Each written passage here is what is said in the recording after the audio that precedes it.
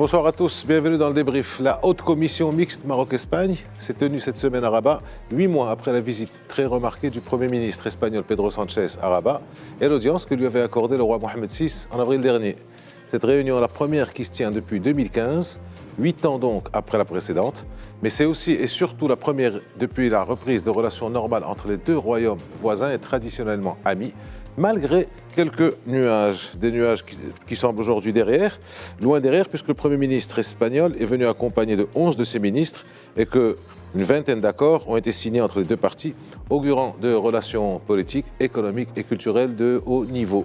Dans son allocution lors de l'ouverture du Forum d'affaires, le chef du gouvernement Aziz Akhannouch a rappelé les fondamentaux sur l'union de fait des deux pays, bénéfique tant au Maroc qu'à l'Espagne, le succès de la coopération migratoire et sécuritaire et l'étroite coopération économique, surtout l'étroite coopération économique. L'Espagne est le premier partenaire commercial du Maroc, qui est sa troisième destination d'exportation hors Union européenne, parmi tant d'autres preuves matérielles de bon voisinage. Jeudi 2 février, en présence d'une douzaine de ministres des deux pays, de chacun des deux pays, une déclaration commune a été signée comportant pas moins de 74 points, 74, brassant donc très large sur à peu près tous les aspects liant les deux pays et renvoyant aux 16 autres points contenus dans la déclaration conjointe signée en présence du roi Mohamed VI et de Pedro Sánchez en avril dernier. Avec moi sur le plateau pour revenir sur cette importante réunion de haut niveau entre Madrid et Rabat, Mostafa Sahimi, professeur de droit, politologue. Merci. C'est Mostafa d'être avec nous. Merci à vous et bonsoir. Merci. Nabil Adel, bonjour. Merci d'être avec nous. Vous êtes directeur du groupe de recherche en géopolitique et géoéconomie de l'ESCA. Merci à vous donc. Alors, juste pour rappel et mise en contexte, nous sommes en juin 2015. On va remettre un peu les choses. Les deux chefs de gouvernement s'appellent Abdullah Ben Kiran et Mariano Rajoy. La Russie venait d'annexer la Crimée et la paix régnait encore en Europe. Donald Trump n'était pas encore président. Emmanuel Macron était simple ministre. Et la grande vague migratoire de 2015 n'avait pas encore eu lieu. La déclaration conjointe de 2015 portait essentiellement sur les sujets habituels de la sécurité, de la migration et bien sûr sur le Sahara marocain. Alors, je commence par vous, Mostafa Sahimi, un retour historique sur la relation Maroc-Espagne, sans remonter jusqu'à il y a 1000 ans, sur les 10-15 dernières années. Je ne vais pas remonter à la Reconquista d'Isabelle la Et même catholique. avant, parce qu'avant la Reconquista, c'était 8 siècles. Mais c'est bien ça. Remonter aux 2 dernières décennies tout de même. En particulier, Excusez-moi, je vous coupe, c'est quand même important. C'est des relations qui durent depuis plus de 1000 ans. Tout à fait, voilà. Tout à fait. Donc les 2 dernières décennies sont intéressantes, marquées par une continuité des rapports entre les États, avec des rappels d'ambassadeurs en différentes circonstances, la solidité des liens économiques et commerciaux, bien sûr. Sur le plan politique, évidemment, c'est beaucoup plus nuancé. 2002, je ne peux pas ne pas en parler, juillet 2002, c'est ce qui s'est passé à propos de l'îlot Leila. C'était une crise majeure dans les relations entre Madrid et Rabat. Et c'était Aznar, dirigeant du Parti populaire, qui était aux commandes à la tête de l'exécutif espagnol. Et il avait pris des mesures d'alerte militaire maximale avec un plan pratiquement de confrontation. Et ça n'a été réglé que par suite de l'intervention de Colin Powell, qui était à l'époque secrétaire d'État, et qui a passé une journée à régler ça et donc à imposer une situation donc, de statu quo. Ça a quand même laissé des traces, c'est-à-dire qu'on était dans un schéma où officiellement c'était un schéma de coopération et de partenariat privilégié même, mais en même temps est venu ce schéma de confrontation et de conflictualité.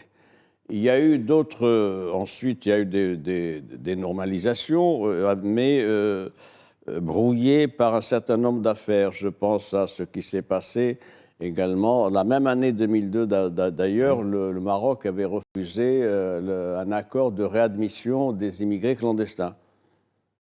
Eh oui, c'est une revendication constante de Madrid. Maintenant, elle n'est plus à l'ordre du jour, mais il y a toujours eu beaucoup de pression de Madrid pour qu'il y ait l'application par le Maroc d'accords de réadmission. Le Maroc ne pouvait pas accepter parce qu'il faut identifier ceux qui doivent être réadmis. Et ce travail n'a pas été fait. Et donc, sur ce plan-là, c'est une position de principe de la diplomatie marocaine et c'est une position de grande fermeté. Il y a eu aussi ensuite l'affaire Aminatou Haïdar. Aminatou Haïdar était un moment difficile puisque la dénommée s'est présentée, il faut le rappeler, à l'aéroport de Lyon venant des Canaries avec des journalistes qui avaient des caméras derrière. Je peux vous dire que l'opération était préparée de longue main.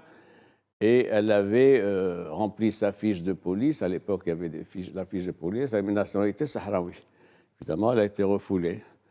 Et donc là, le problème qui s'est posé dans les discussions et les interventions diplomatiques du Maroc, c'était de dire vous la reprenez. Elle est revenue, elle revient sur Las Palmas.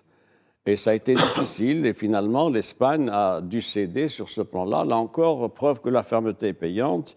Il y a aussi une autre affaire qui a suivi, qui traduisait un froid. C'est la nomination d'un ambassadeur d'origine sahraoui, mais 11 mois après l'affaire d'Aminatou qui avait eu lieu en novembre 2009, si j'ai bonne mémoire.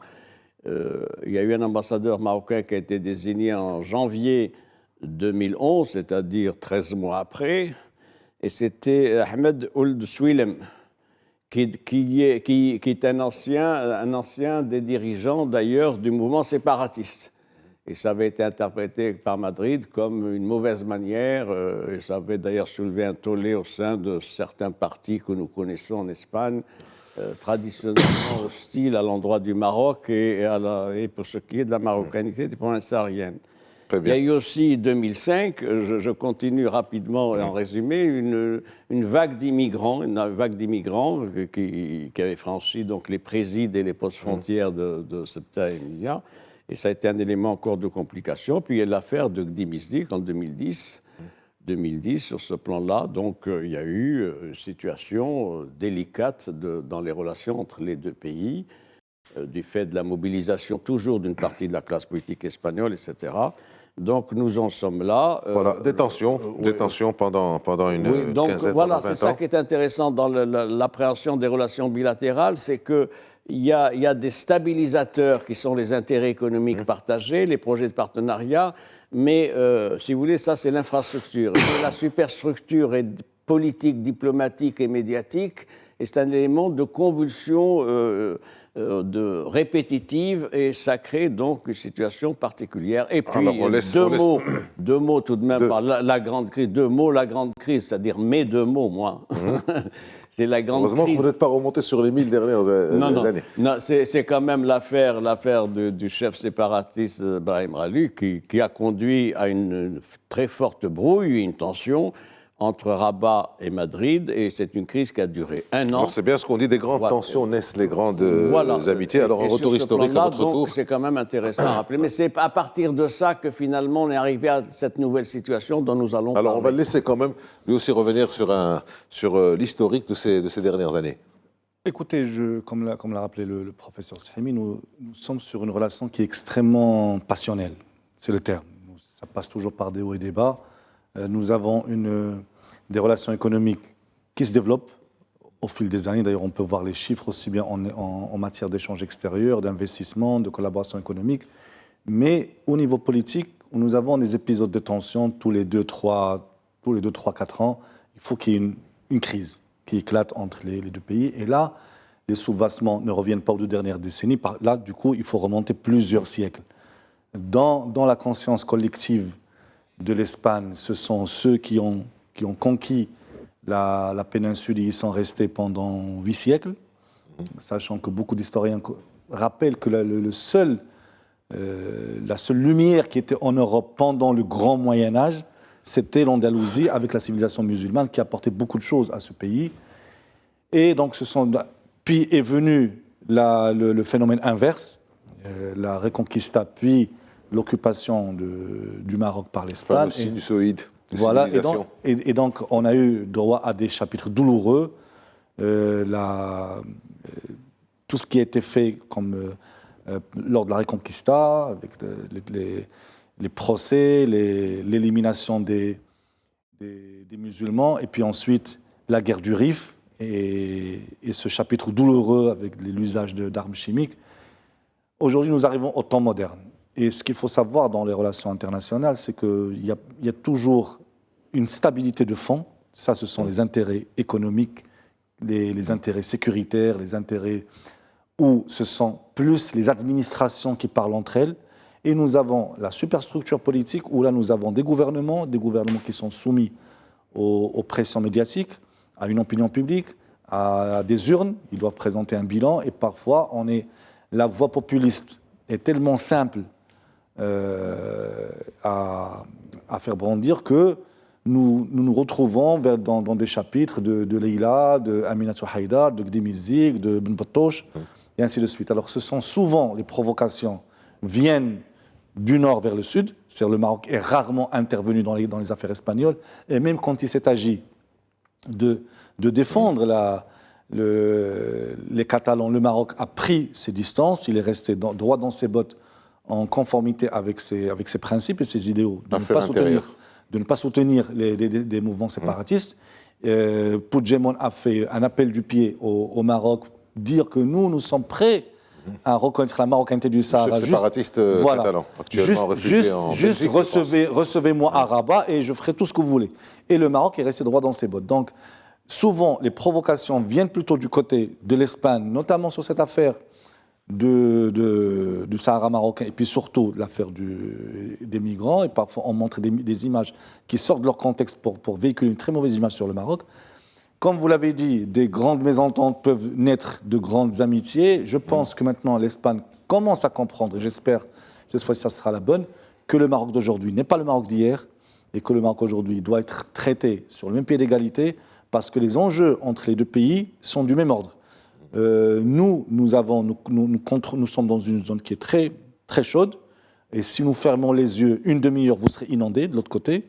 En revanche, il y a les investissements, les échanges extérieurs, il y a le transfert de technologie, donc travaillons en bonne intelligence. Vous avez parlé de Puigdemont, le chef séparatiste catalan. Même pendant la période de grande tension, il y a eu des appels du pied de sa part et fin de non-recevoir des Marocains. Une précision rapidement, vous demandiez, Moustapha Srimi. Une précision intéressante aussi, où il y a eu un moment de tension, et moment de tension lié à quoi? Lié en 2007 à la visite du roi Juan Carlos à Ceuta. Et ça a conduit au rappel de notre ambassadeur. Donc voilà un élément, d'autant que c'était le roi. Pour la première fois d'ailleurs, il est sur le trône des Bourbons depuis 1975 et c'était 2007. Et la réaction royale a été très ferme, malgré les liens personnels qu'il y a entre les deux souverains, vous le savez, qui se connaissaient comme princes héritiers. Donc ça, c'est un élément. J'ajoute encore ceci, c'est que nous connaissons tous l'Espagne les uns et les autres. Dans la mémoire collective, les parents, quand ils veulent faire peur à un enfant turbulent, lui disent « on va faire venir el Moro ».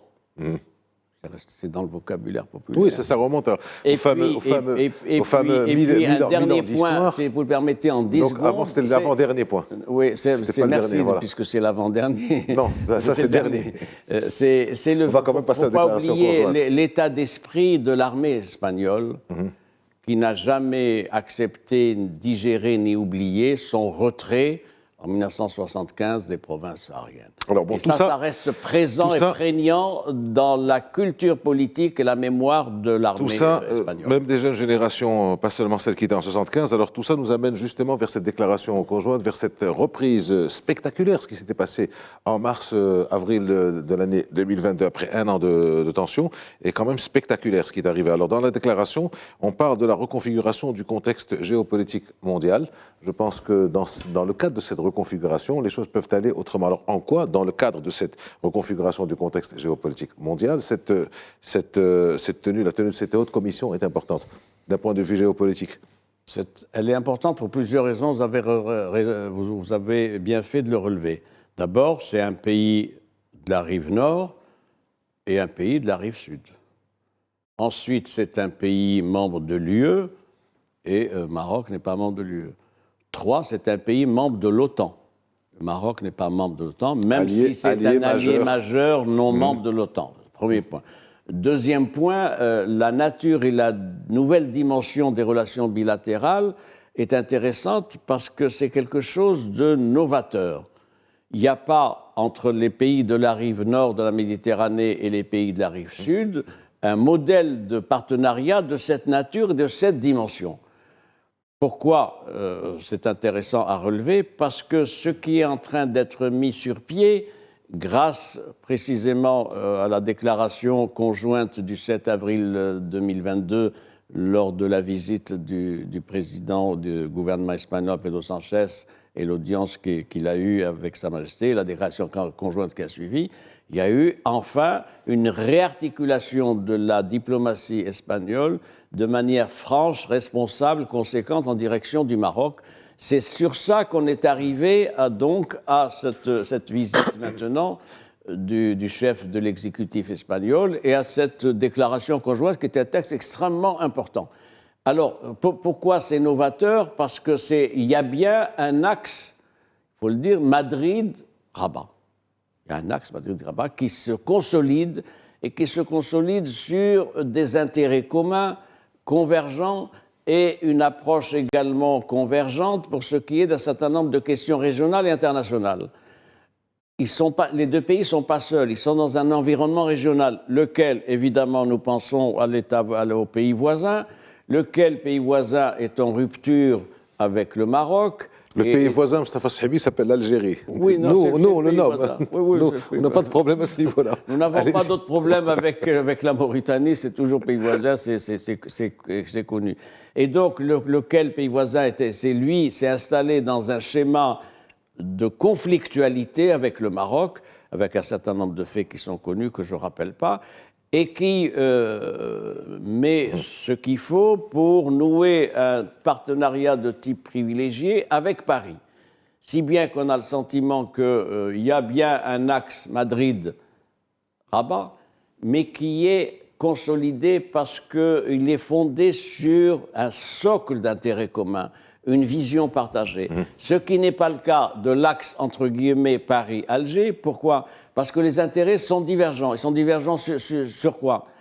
Ils sont divergents sur le processus, sur ce qui se passe au Maghreb, ce qui se passe en Libye, ce qui se passe au Sahel, ce qui se passe ailleurs, etc. Et c'est simplement une conjonction d'intérêts électoralistes, me semble-t-il, du président Macron, avec les intérêts de survie du régime d'Alger. Alors, merci d'avoir devancé la question que je voulais vous poser à la fin de la seconde partie. Donc, je ne vais pas vous la poser puisque vous y avez répondu. Nabil Adel, vous êtes économiste. Si on ramenait les choses un peu sur le plan économique, quel est le poids économique de chaque pays pour l'autre, de part et d'autre du détroit? Alors, c'est ça le paradoxe des relations entre le Maroc et l'Espagne.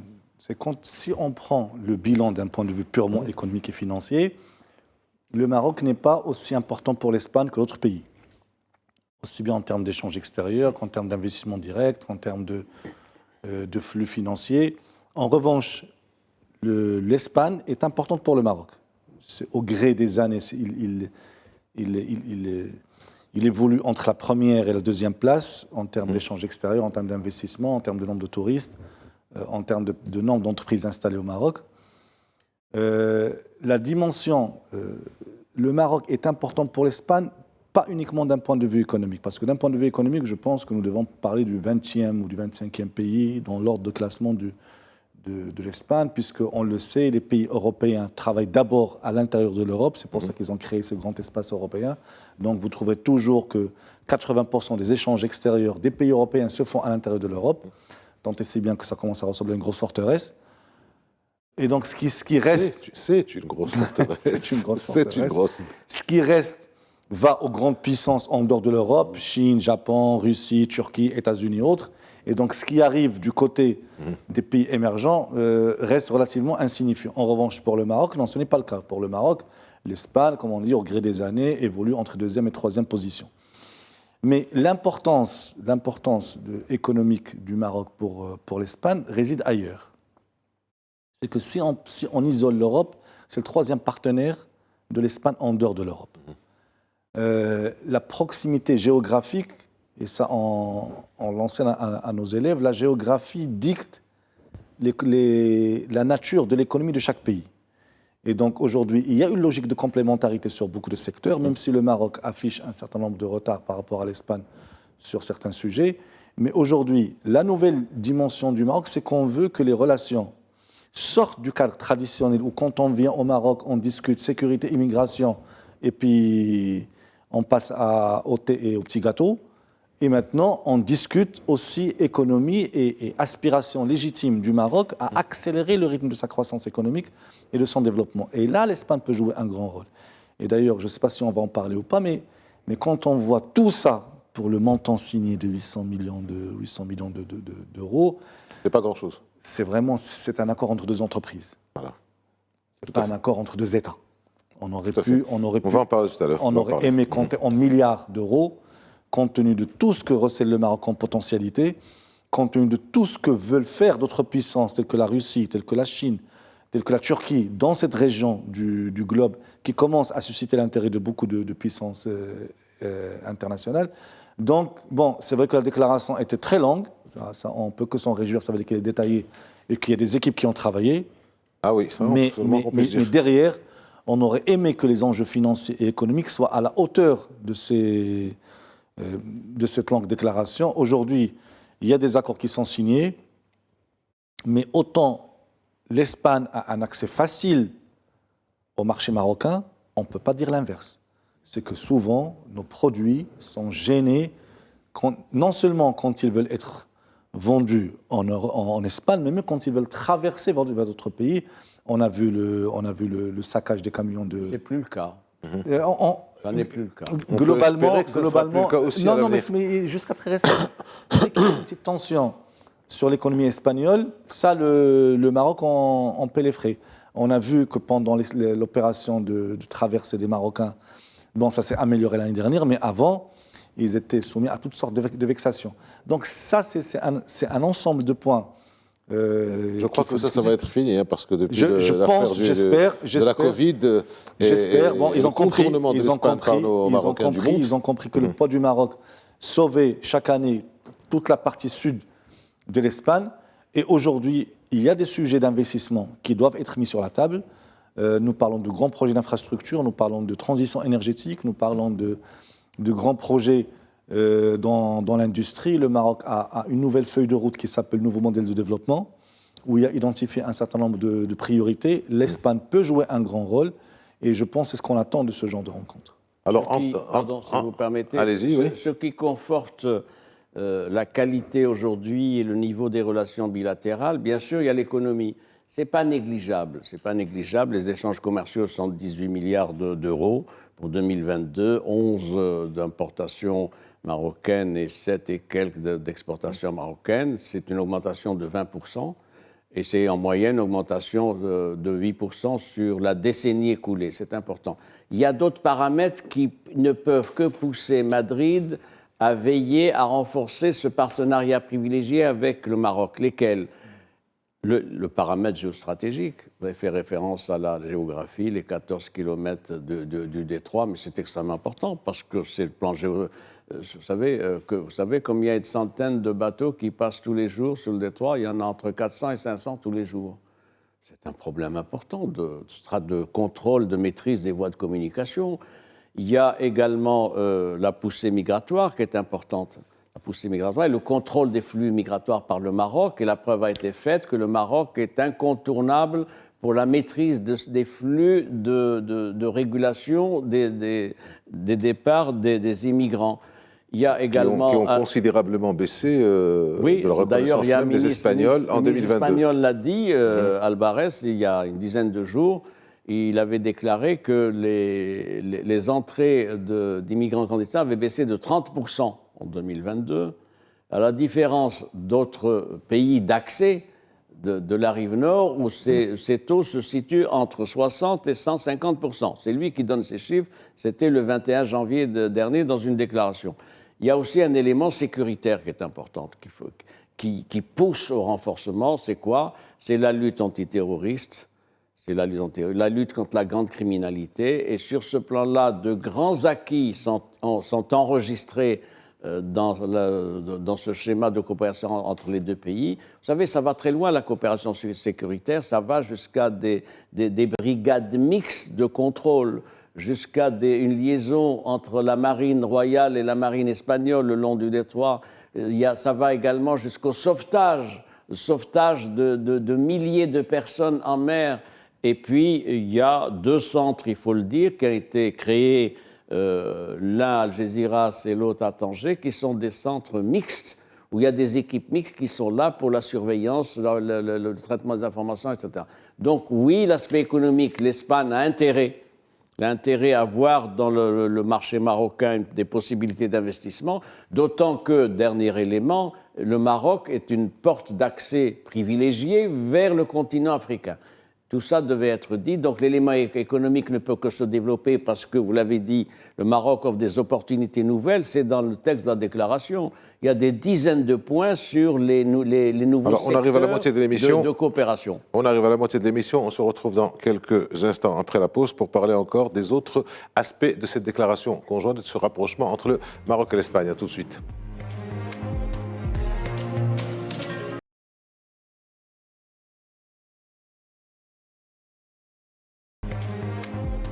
On démarre donc la deuxième partie de ce débrief consacré à ce rapprochement, à cette déclaration conjointe signée entre les 2 gouvernements marocains et espagnols.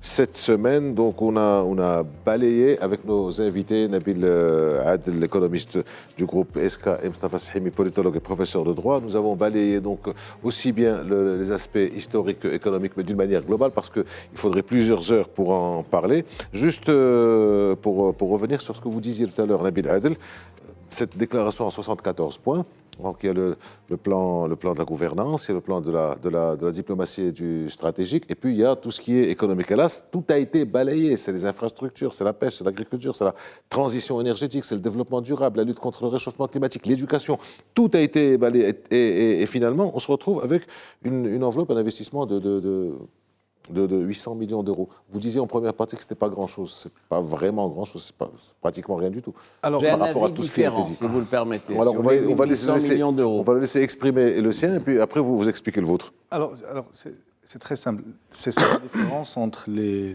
déclarations et la réalité. La réalité, c'est ça. C'est les 800 millions d'euros, c'est ce qu'on a sur la table, c'est du concret. Comme dirait un homme d'affaires, voilà, c'est ce que j'ai, c'est le chèque qui va être mis. Or, aujourd'hui, c'est vrai qu'il y a beaucoup de potentialités, mais l'Espagne a toujours, et géographie oblige, le regard sur le Maroc d'un pays qui est concurrent. Il est concurrent sur le tourisme, il est concurrent à travers le port de Tanger par rapport au port d'Algeciras, et il est concurrent dans la trajectoire de développement. Le Maroc est en train de suivre à peu près ce que l'Espagne a fait il y a 40 ou 50 ans. Presque les mêmes étapes de développement. D'abord l'agriculture, et puis l'industrie, le tourisme. Donc, ce sont des schémas qui peuvent être comparés. Maintenant, quand on parle de collaboration économique, ça veut dire qu'est-ce que vous apportez, qu'est-ce que j'apporte. Aujourd'hui, l'impression que nous avons, c'est que les Espagnols viennent parler de ce qui va se passer sur le marché marocain. On voit très peu de choses sur ce que les entreprises marocaines peuvent faire en Espagne. Et comment l'Espagne va-t-elle ouvrir son marché aux produits marocains? Naturellement, les accords de libre-échange font que l'accès est plus ou moins aisé, et on peut exporter sans problème, mais nous avons toujours cette idée du Maroc qui reçoit. Et on ne parle presque pas des entreprises marocaines qui aujourd'hui ont le savoir-faire et la taille pour aller conquérir un pays comme l'Espagne, comme Portugal, comme une bonne partie de la rive méditerranée. Je parle des banques, je parle des assurances, je parle des grandes industries, je parle de l'immobilier. Justement, alors a priori, européen, nous sommes dans des accords de libre-échange, on ne devrait pas avoir de protectionnisme.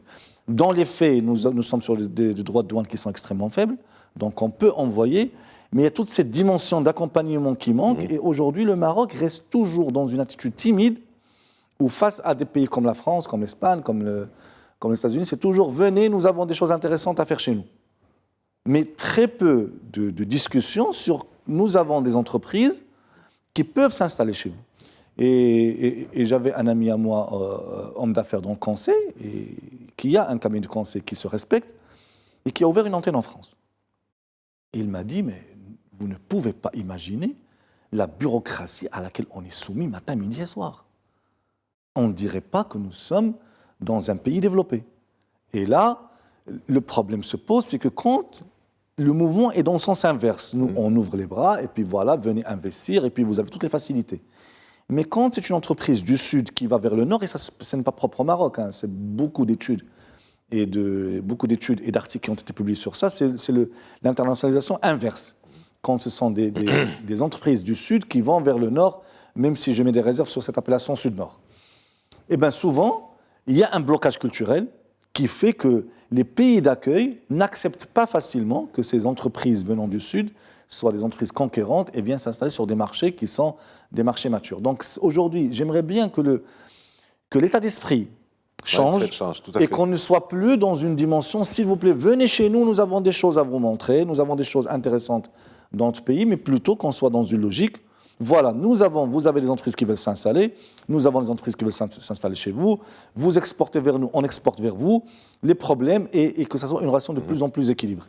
Je ne sais pas dans quelle mesure c'est peut-être un frein psychologique ou je ne sais pas. Les entreprises marocaines, et pas uniquement les banques, mais le BTP, les assurances, il y a beaucoup d'entreprises marocaines qui se projettent allègrement sur le continent, sur notre continent africain, mais il y a une réticence à se projeter un peu plus vers les pays du Golfe ou vers l'Europe. C'est vrai que c'est quelque chose à laquelle il faudrait qu'ils pensent. Si je peux me permettre rapidement, il y a une dimension blocage culturel. Et ce blocage culturel doit aujourd'hui être levé parce que nous avons des entreprises qui ont tout à fait la taille, le savoir-faire et l'organisation pour opérer dans des pays comme l'Espagne, comme le Portugal, même comme la France. Et on a vu des hommes d'affaires marocains acheter des entreprises françaises et les gérer d'une manière tout à fait satisfaisante. Aujourd'hui, comme vous l'avez dit, et je vous rejoins, il faut que le regard change. Si vous le permettez, j'ai un avis différent sur ce qu'a dit mon collègue et ami. Mais exprimez-le rapidement parce que j'ai une question à vous poser sur l'appel passé par le roi Mohamed VI à Pedro Sanchez. Je n'ai pas encore commencé à parler. Allez-y. Ce que je voudrais dire, pourquoi j'ai un avis différent sur plusieurs points que je vous soumets, nous ne sommes pas tellement compétitifs pour ce qui est du tourisme, par exemple. Le marché espagnol est un marché traditionnel installé, fait 80 millions, 85 millions de touristes. Parmi ces touristes, il y a 40% de touristes résidentiels qui ont des résidences et qui viennent amortir leurs investissements. On l'oublie. Nous avons presque 11 millions de touristes pour 2022. Et les produits ne sont pas les mêmes. Le touriste européen, quand il choisit le Maroc, il sait pourquoi il choisit le Maroc et pourquoi il choisit l'Espagne. La concurrence existe dans le domaine agricole, c'est vrai. Je voudrais ajouter ceci. Pourquoi il y a cette timidité ou cette frilosité de nos opérateurs économiques à investir en Espagne ? Parce que les facteurs de production sont ce qu'ils sont et qu'ils ont de meilleurs avantages à s'investir, comme vous l'avez dit, en Afrique, où là nous sommes compétitifs, nous avons des avantages compétitifs. Ce n'est pas tellement culturel, c'est économique, c'est un calcul économique. Pourquoi voulez-vous qu'un investisseur marocain aille investir en Espagne, à Bilbao, à Barcelone ou à Saragosse, alors qu'il y a un marché naturel où nous sommes les mieux placés, où il n'y a pas le problème culturel, il y a les affinités culturelles et autres avec l'Afrique de l'Ouest en particulier.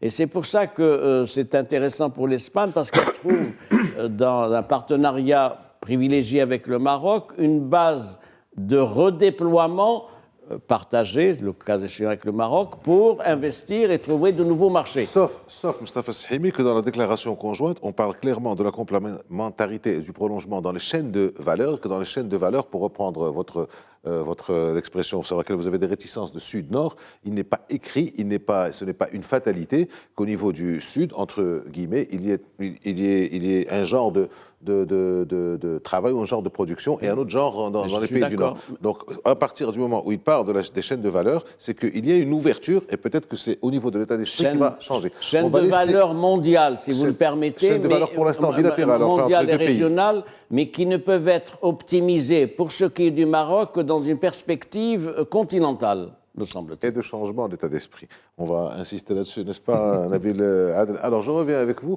sur l'appel passé par Sa Majesté à Pedro Sanchez avant qu'il arrive. Un appel qui a duré 30 minutes, qui est revenu un peu sur les grandes lignes et même les détails de cette relation. Quelle lecture vous en avez fait? Lecture, c'est d'abord un traitement protocolaire particulier, personnalisé, j'allais dire. Je vais vous donner un exemple. Le souverain a offert un déjeuner et un dîner en l'honneur de la délégation espagnole, alors qu'on aurait pu penser que ce soit un dîner offert par le chef du gouvernement Aziz Arnoul. Ce n'est pas le cas. Donc il y a bien là, dans l'esprit du souverain, l'idée de donner des signes particuliers d'attachement et donc et de considération pour cette visite. Deuxième point, les 30 minutes, ce n'est pas dans les usages. Ce n'est pas dans les usages qu'un chef de l'État appelle le chef du gouvernement qui effectue une visite dans son pays pendant 30 minutes. 30 minutes. Ce n'est pas des mots de bienvenue de 3 minutes, etc. Et donc, c'était intéressant pour montrer à la partie espagnole que le souverain est à la barre, qu'il est toujours dans l'état d'esprit d'avril 2022, quand il avait reçu Pedro Sanchez. Il apporte sa caution aussi à ce qui a été fait. Une caution importante à ce qui est fait, ce qui doit être entrepris. Ça, c'est l'interprétation du protocole qui est porteuse de signes. Et le protocole n'est jamais neutre, vous le savez. Alors, on reste sur l'aspect politique avec vous, Nabil Adel. Vous en avez parlé tous les deux en introduction sur les hauts et les bas que connaît cette relation entre le Maroc et l'Espagne. On peut espérer que cette déclaration conjointe, je le rappelle, en 74 points, ce qui quand même paraît c'est aussi long qu'un appel royal de 30 minutes.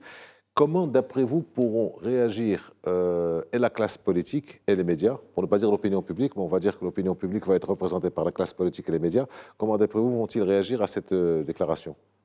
Est-ce qu'elle serait tributaire, éventuellement, encore une fois, ce rapprochement serait-il tributaire d'un changement de majorité au niveau à Madrid? Écoutez, je pense que chaque parti politique va analyser la situation selon l'angle qui va servir ses intérêts. Quand je dis intérêts, je pense aux prochaines élections.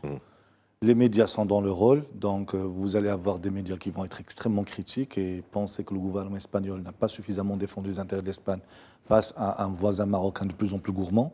Je pense qu'on a même entendu dire ça dans une certaine presse. Le terme insatiable qui a été cité par un de leurs médias électroniques.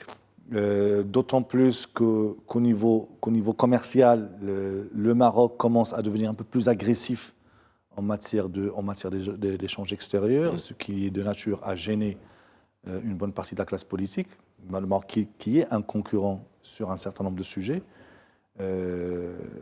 Aujourd'hui, l'accueil que sera fait à cette déclaration par les médias ne sortira pas des sentiers battus. Attention, nous sommes sur une relation qui connaît toujours des hauts et des bas.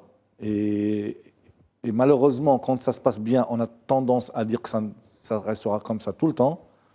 Et puis, au bout de quelques années, 2, 3, 4 ans, ça dépend du gouvernement. Et puis, on revient à la case de départ. Et puis, le Maroc est pointé du doigt. Aujourd'hui, ce qui change, c'est que le Maroc est en train d'accélérer son développement, est en train de confirmer son statut de puissance régionale. Je parle de la rive sud de la Méditerranée et du côté de l'Afrique de l'Ouest. Donc, c'est quelque chose qui commence à gêner beaucoup de partenaires européens, la France, mais aussi l'Espagne.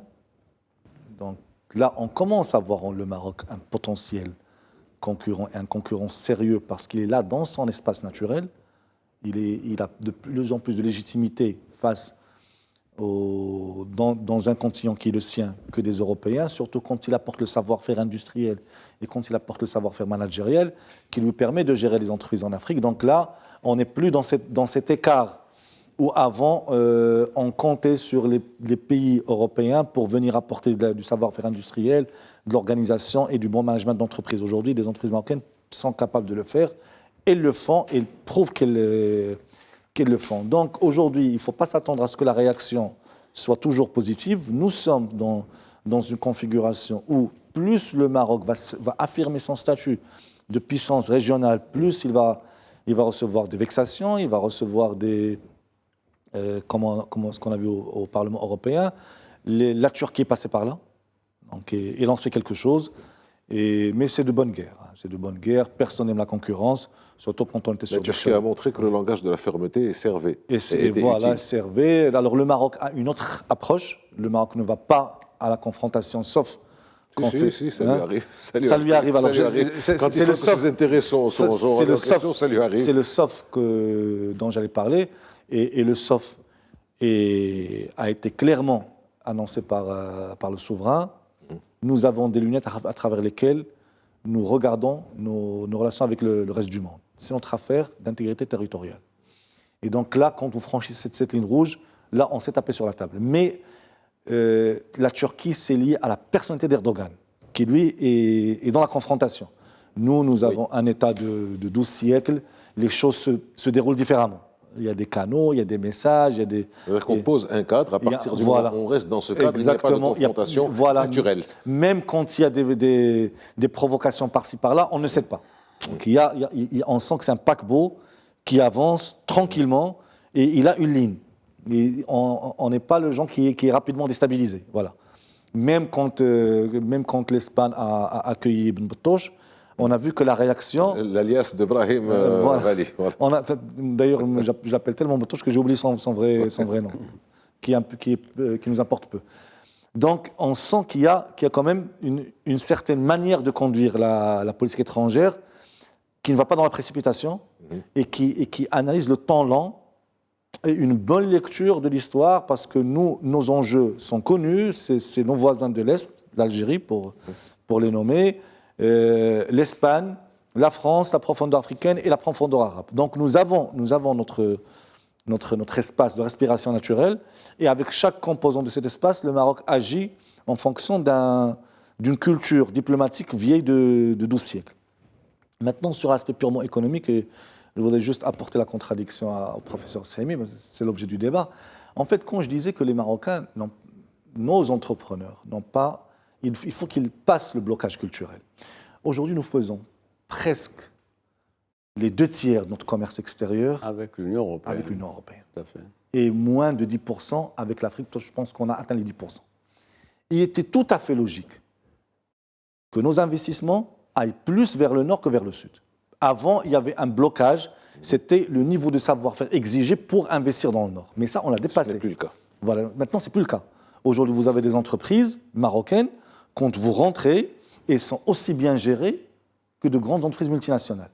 Nous avons des cabinets de consulting qui sont passés par là et donc qui ont apporté ce savoir-faire managérial, ce savoir-faire dans la stratégie de la gestion des affaires. Et aujourd'hui, des entreprises marocaines peuvent tout à fait investir en Europe. Alors maintenant, pour la dotation factorielle, et sur ce point-là, je vous rejoins. Mais la dotation factorielle, cher professeur, il joue en notre faveur, puisque les coûts des facteurs chez nous sont inférieurs à ceux en Espagne ou en Europe.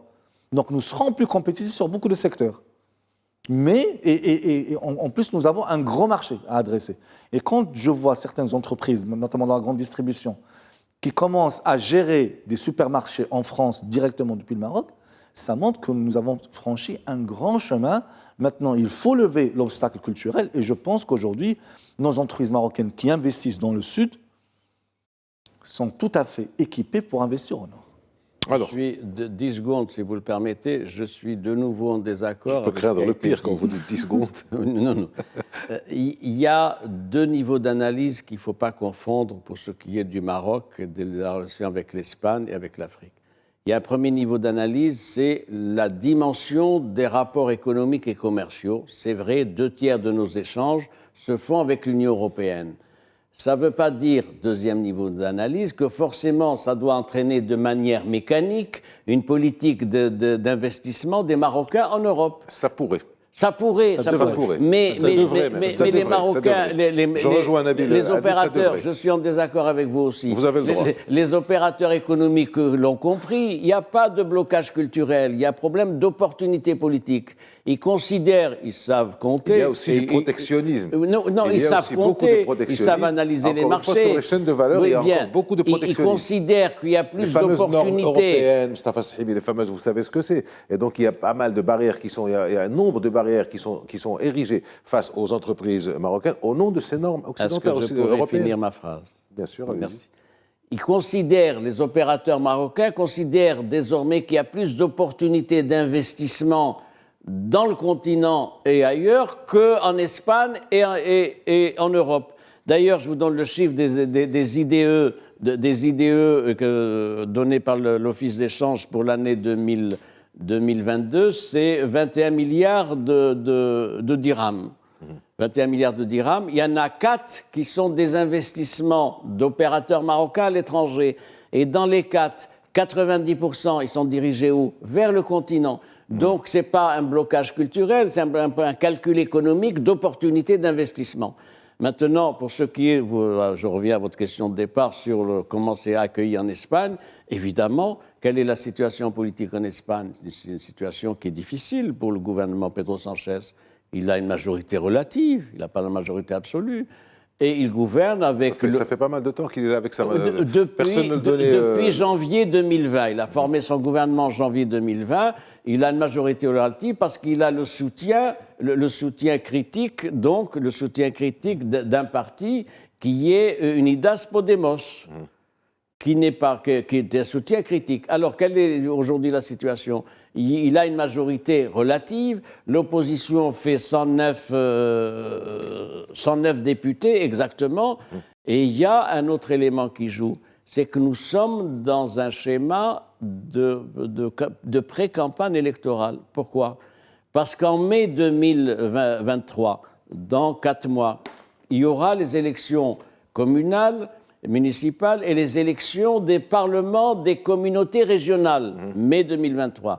Plus encore, en novembre 2023, le chef de l'exécutif, Pedro Sánchez, le gouvernement, il a un mandat de 4 ans. Les élections législatives dans les Cortes, c'est tous les 4 ans. En novembre 2023, il y aura les élections générales et du Congrès, des membres du Congrès des députés et du Sénat. Et donc, nous entrons dans une année très fortement électorale.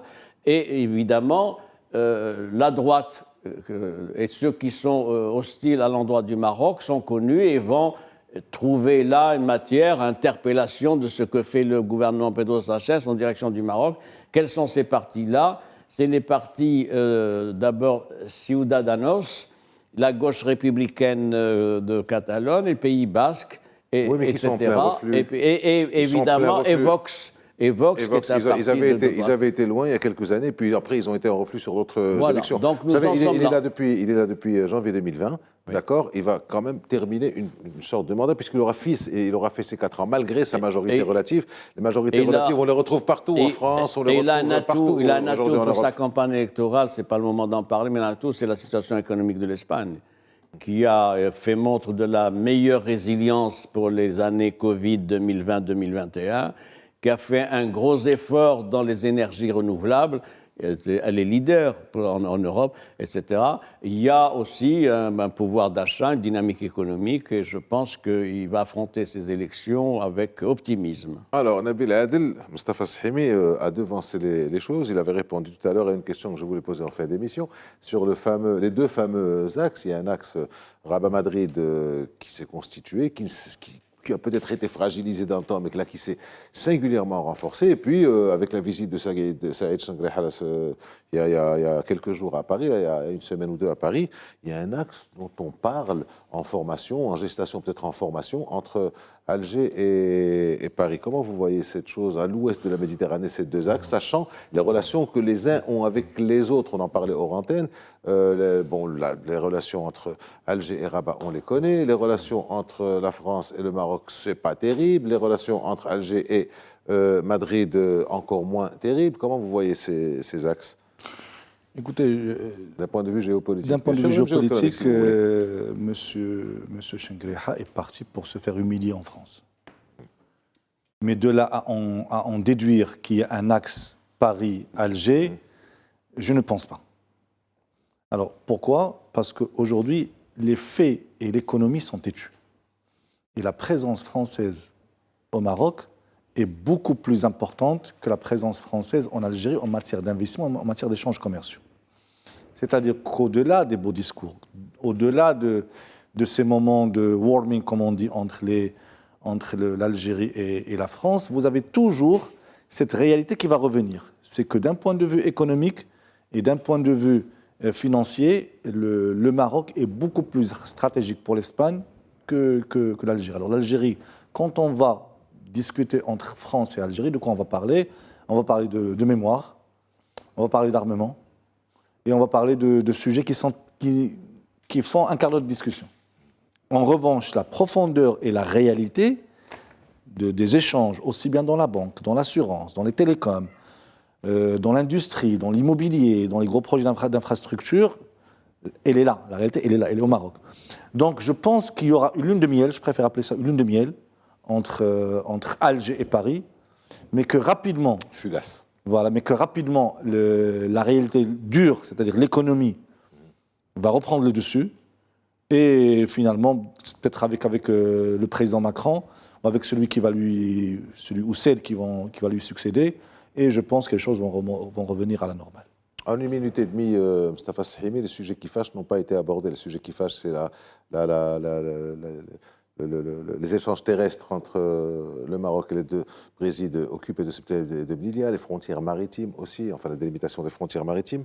Je vais être plus diplomate que vous, je dirais les sujets qui peuvent fâcher. Un problème de septembre Melilla, c'est des Brésil, la revendication marocaine, et là, ce sont des terres marocaines.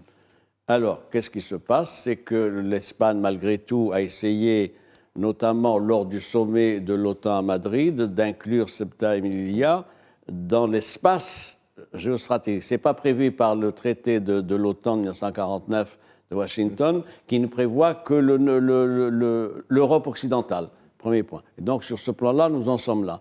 Deuxième sujet qui peut fâcher, c'est le problème de la délimitation des eaux territoriales. Le Maroc a édicté 2 lois votées par le Parlement en décembre 2019 sur précisément la délimitation des eaux territoriales. Ça pose le problème notamment du mont Tropique qui est entre les Canaries et Dakhla à égale distance. Et sur ce plan-là, pourquoi c'est un mont tropique? Parce que c'est une des richesses exceptionnelles de minerais, de métaux rares, etc. Et il faut espérer que l'option diplomatique l'emporte. C'est la position du Maroc et c'est, semble-t-il, la position de Madrid. Les sujets qui peuvent fâcher, comme vous le dites si diplomatiquement, ont été renvoyés dans la déclaration conjointe à la déclaration d'avril où ils ont été abordés. Merci à vous d'avoir été avec nous. Merci à vous, Nabil Adel. Merci à vous, Mostafa Sahimi. Merci de nous avoir suivis. À la semaine prochaine.